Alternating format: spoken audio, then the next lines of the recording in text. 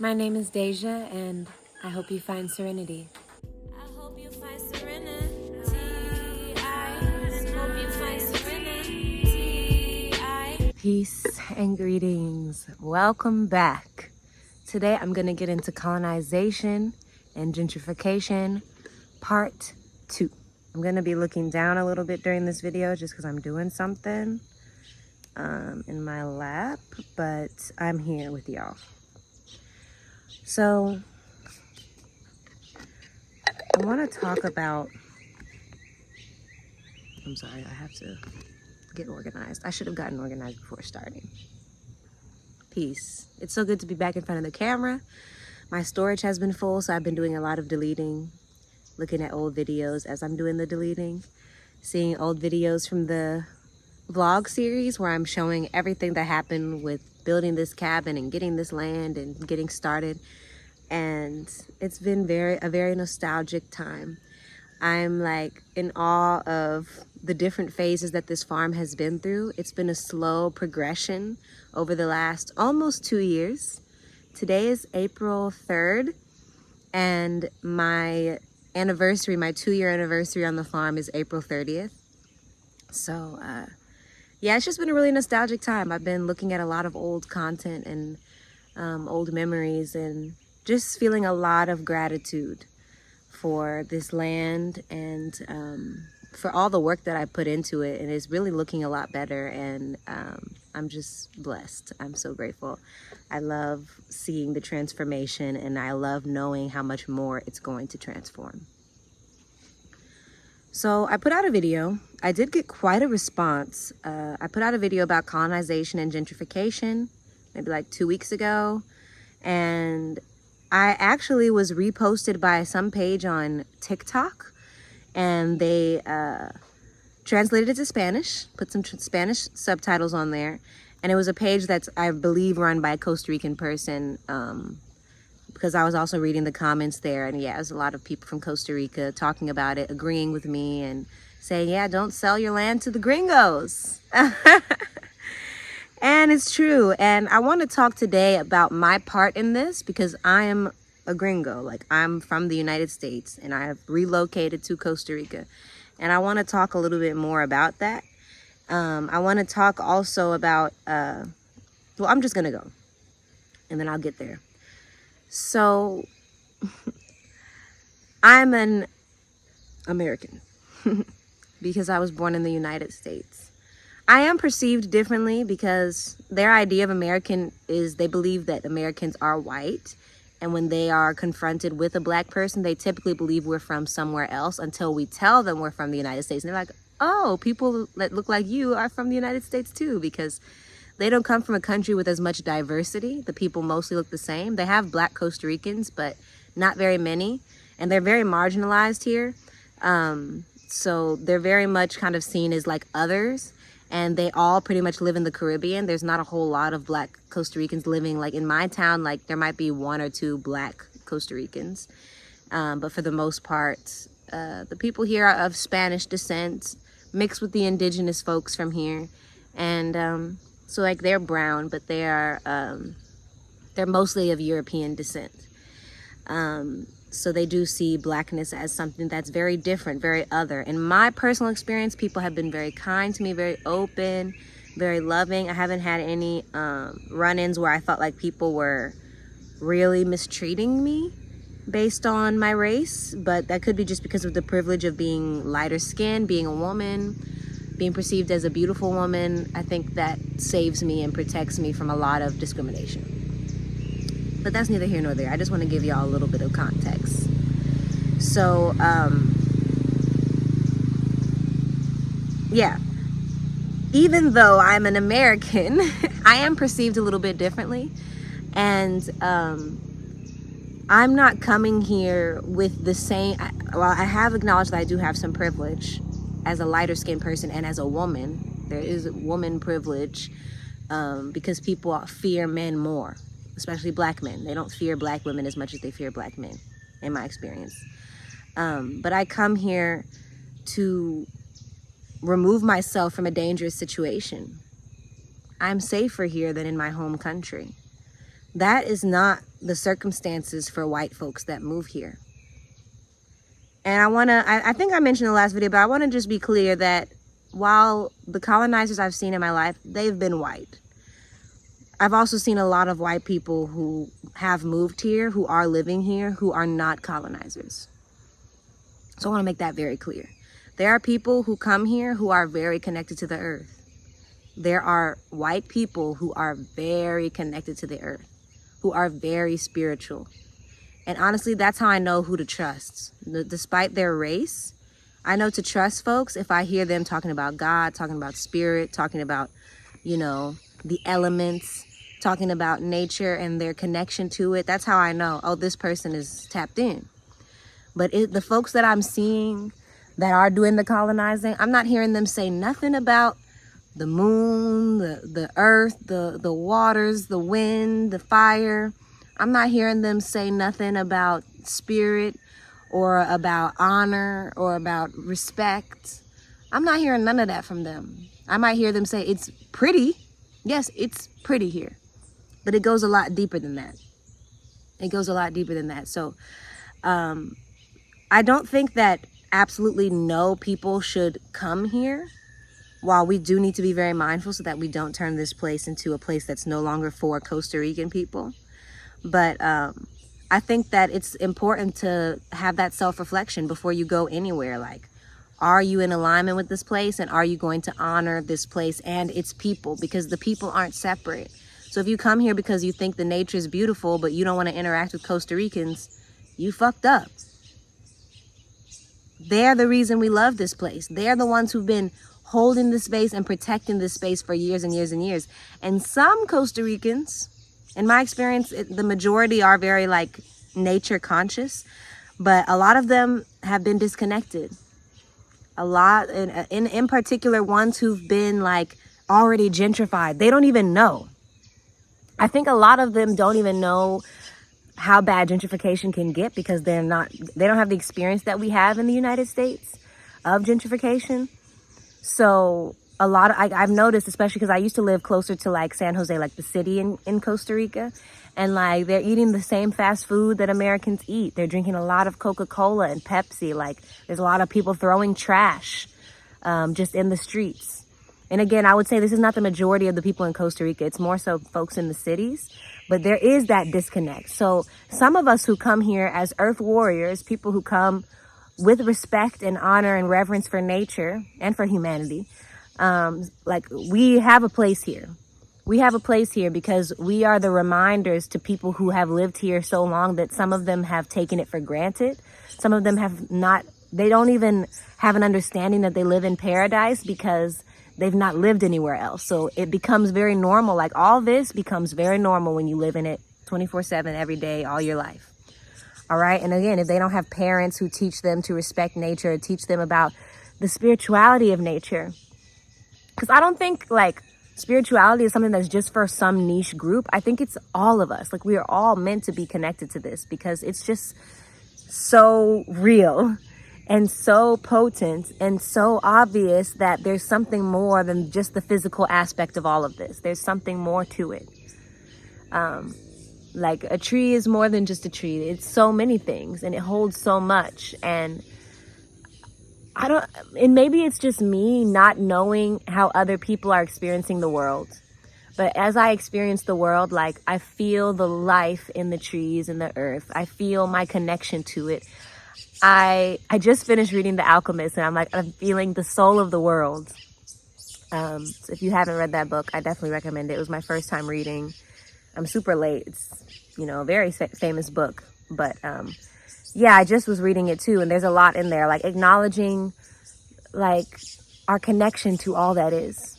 And I think that's the thing. That's the thing that can heal us from colonization and gentrification, when we care about our impact and when we care about not just our impact on the earth, but also our impact on the other humans, how we connect, how we communicate, how we interact with one another. It matters. So yeah, I don't want to say absolutely no people should move to Costa Rica. If you have a deep call to move to Costa Rica and you know that you have deep reverence for the land, then maybe it could be good for you. If you're a white person, be even more mindful, because just your existence here makes things more expensive. And I'm sorry about it. People don't see me and think they can raise the price.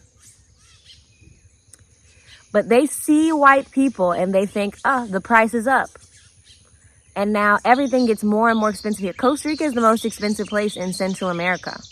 One of the most expensive, definitely the most in Central America, and one of the most in Latin America.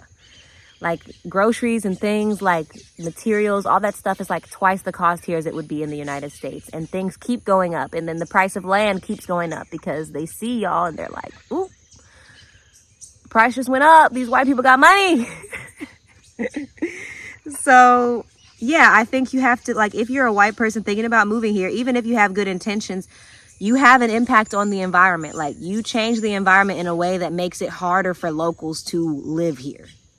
So unless you're coming here with a heart of service, wanting to come and be in service to these people, to these lands, and you want to come here and you want to use your privilege for good, then don't come. But you can use your privilege for good. I see amazing people who are white doing really powerful works here that involve the local people, that get the local people paid, that support regeneration of the forest, conservation of the forest, so that support the animals here. A lot of people come in here to protect and respect the animals and put systems in place that are going to continue to protect this place. So those people, y'all can come if you want to come and be of service. But if you just want to come just to relax on the beach and not have any worries, like, there's going to be some of that. Of course, I get some of that too. I get to go and relax on the beach and all these things. But I'm also here to be of service. Okay, I'm also here to give and give and give to this place. Not just to take. Not just to take. That's the key. And I want to say that the other thing I wanted to tell y'all was some of these folks, these colonizers literally don't know. They're so disconnected from their soul. And that's what disconnects them to even taking a look at their impact on the land, their impact on the people. And many of them don't really interact that deeply with the people. So how would they know? How would they ever know? They're just walking around completely oblivious to their impact. And you can't be oblivious to your impact if you are a soul-led person. So I want to say the reason I didn't mention like where these people were from in my last video, because I saw some comments like, no, say their names. And I'm like, these people are innocent.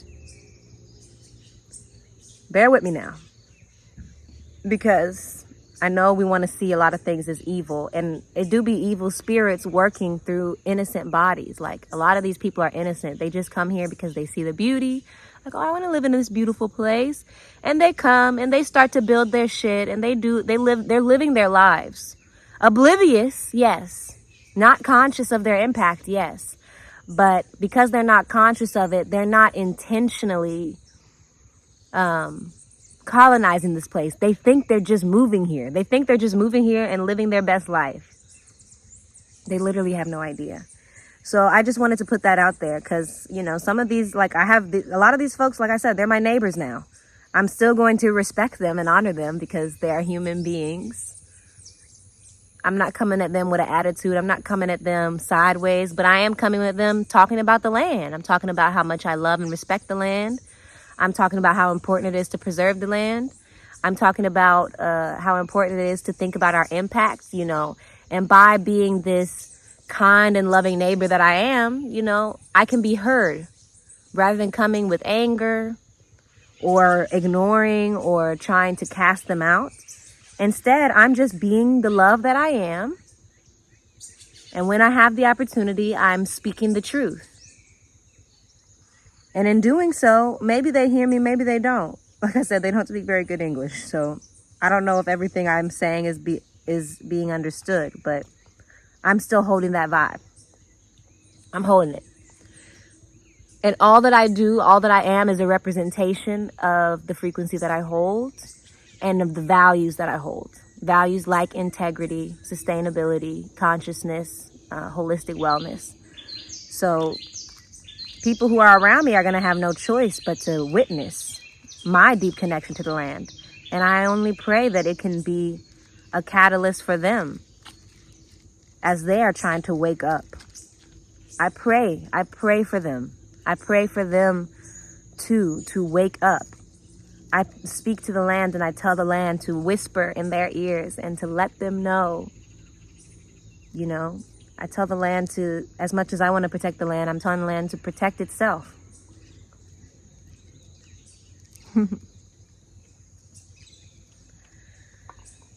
So yeah, that's where I'm at with it, y'all. I'm not gonna go too long. I just wanted to put those things out there. Like, some of us can come.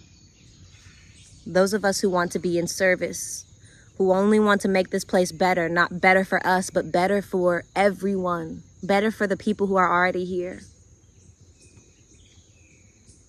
better for the animals, for the land. We can come. Respectfully, and not in masses. Costa Rica is not even that big. I would never advocate for, like, what's happening now is huge groups are coming from a particular country, like, not even just huge groups, like several families, like 50 plus, all within a year or two span, completely changing this environment, and all in the same little town, like a tiny town. That will completely change the makeup of a town. It will. But I have full faith. That's the other thing. The last thing I want to touch on is, like, before I was more angry and sad, but I feel more clear now because I trust in the unfolding. I trust in all that is. And my friend was telling me the other day something about, like, when you can't do nothing, when you ain't got no control, you really just got to accept. You just got to leave it at that. And that's freedom. And that's freedom. I have to accept that things are changing around me. And I just hold my values strong. And I hold who I am. And I continue to live by that. And I continue to live in my purpose and do what I love and do what I'm choosing for myself. I cannot control what everyone else does. So I accept who they are and I send them my love as they are on their journey too, of self-discovery and understanding. And I pray so much for the land, for the Costa Rican people too. I have many Costa Rican friends, especially in this town because it's a rural town, that they are so conscious. But I see, like, when I go to the cities and different things, like other Costa Rican people that don't even, like, are living in suffering and they don't even know that they live in paradise.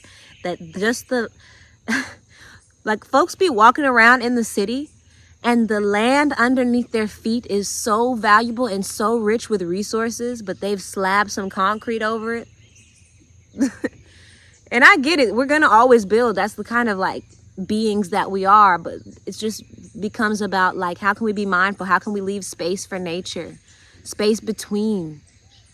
Not everything on top. Not everything crowded together. Not every little piece of land needs to be covered with concrete.